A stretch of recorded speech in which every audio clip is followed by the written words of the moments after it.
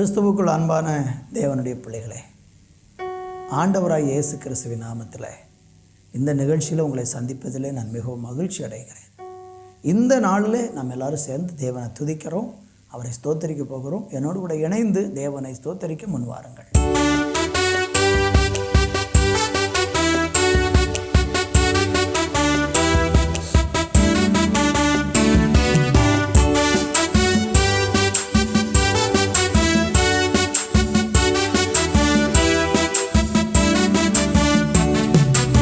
அலைவனமாயிருந்த எங்களை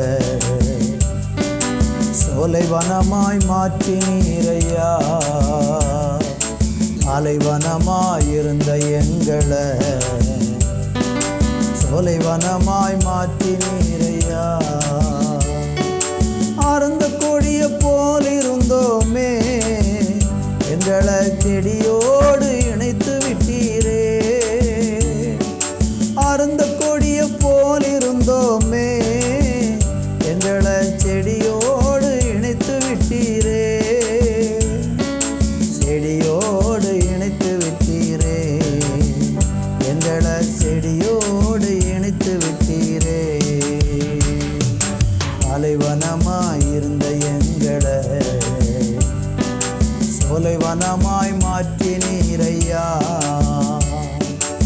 அலைவனமாயிருந்த எங்களை சோலைவனமாய் மாற்றினீரையா. கண்ணீரிலே மூழ்கிருந்தோமே, எங்களை களிப்பாக மாற்றினீரையா.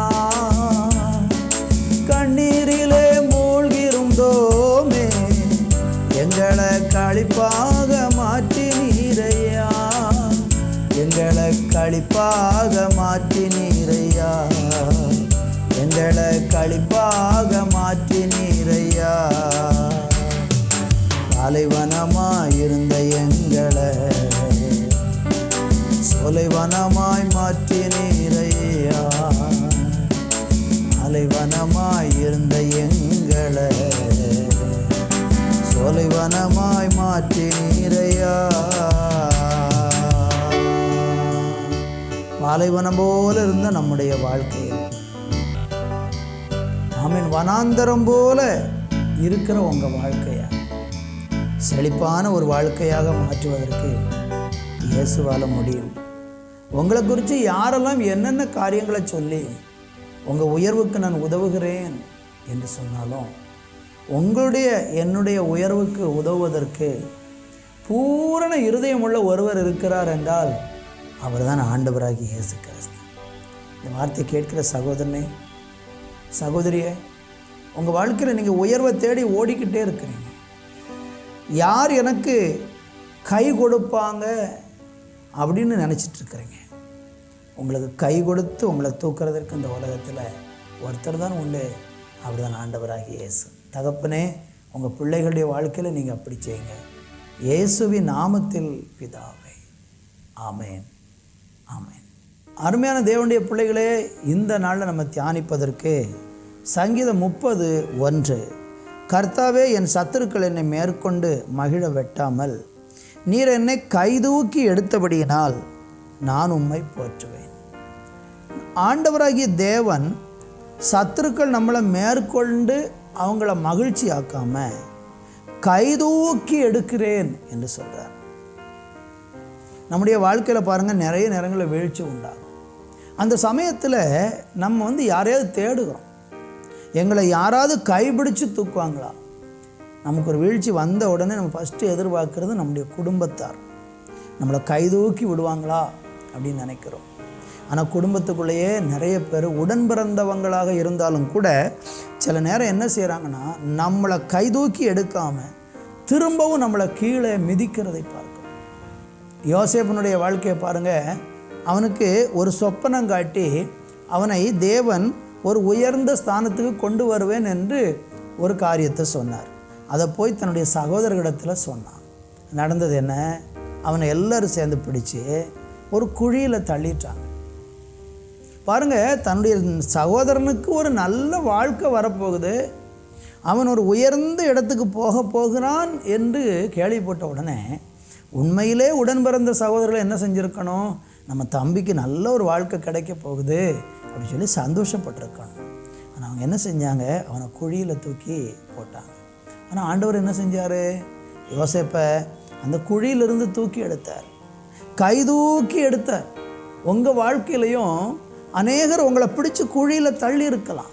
ஆனால் உங்களை குறித்து கடவுளுக்கு ஒரு பெரிய நோக்கமும் ஒரு பெரிய திட்டமும் இருக்கும். அந்த திட்டத்துக்கு மாறுதலாக உங்களை சிலர் குழியில் தூக்கி எறிஞ்சிருக்காங்கன்னா நீங்கள் கவலைப்படாதீங்க. அந்த இடத்துலையும் நீங்கள் உண்மையாக இருங்க. யோசேப்பை கொண்டு போய் குழியில் போட்டாங்க. அப்புறம் அவன் எகிப்துக்கு விற்கப்பட்டான். அங்கேயும் போய் அவன் செய்யாத தப்புக்கு குற்றவாளியாக தீர்ப்பளித்தாங்க. கடைசியில் அவன் சிறையில் போய் குழியில் கிடந்தான், சிறைச்சாலையில் கிடந்தான். ஆனால் கர்த்தர் என்ன செஞ்சார்? அந்த சிறைச்சாலையிலிருந்து அவனை தூக்கி எடுத்தார். ஆனால் யோசேப்பு என்ன செஞ்சார்னா, அவர் போன தேசத்திலே உண்மையாக இருந்தார். அம்மா பார்க்கல, அப்பா பார்க்கல, சகோதரர்கள் யாருமே பார்க்கல. அந்த போத்திபாருடைய மனைவியோடு பாவம் செய்வதற்கான தருணம் வாய்ப்பும் கிடைச்ச போது கூட நான் தேவனுக்கு விரோதமாக பாவம் செய்வது எப்படின்னு சொல்லி தனக்கு இப்படி நேரிட்டதே என்று மனம் மடிவாகி கடவுளுக்கு விரோதமாக முறுமுறுத்து பேசி ஒன்றும் செய்யாமல் அந்த கர்த்தர் அவருக்கு வைத்திருக்கிற உயர்வை நோக்கி அவர் உண்மையாக காத்திருந்தார். ஒரு நாள் வந்தது, கர்த்தர் அவனை கைதூக்கி எடுத்தார். உங்கள் வாழ்க்கையில் இன்றைக்கி யாரோ உங்களை குழியில் தள்ளிட்டாங்களா? தூக்கி விடுறதுக்கு ஆள் இல்லையா?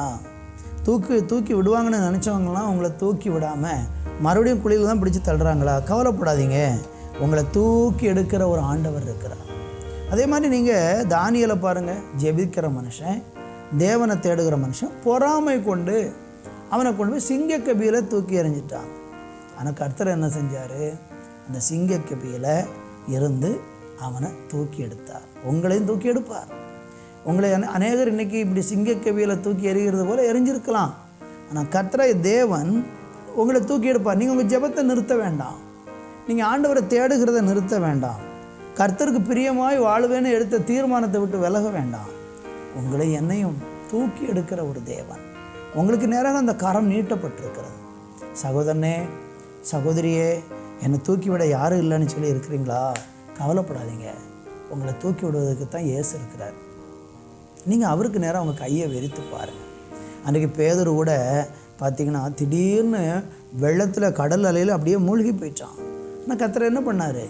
அந்த மனுஷனை கையை பிடிச்சி தூக்கினார். அவனுடைய அவிசுவாசத்தினால, அவனுடைய சந்தேகத்தினால் அப்படி நடந்தது. ஆனால் கர்த்தர் கைவிடலை, ஆனால் தூக்கி எடுத்தார். என் அன்பு சகோதர சகோதரிகளே, உங்கள் வாழ்க்கையிலையும் கர்த்தர் உங்களை தூக்கி எடுக்கிற நாள் இதோ வந்து விட்டது.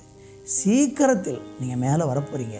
அநேகருக்கு முன்பாக உங்கள் தலையை தேவன் உயர்த்துவார். நல்ல பிதாவே, யாரெல்லாம் குழியில் இருந்து கொண்டு என்னை தூக்கிவிட யாருமில்லை என்று அழுது புலம்புகிறார்களோ அவருடைய கரத்தை பிடிச்சு எங்கள் அப்பா தூக்கி விடுங்க.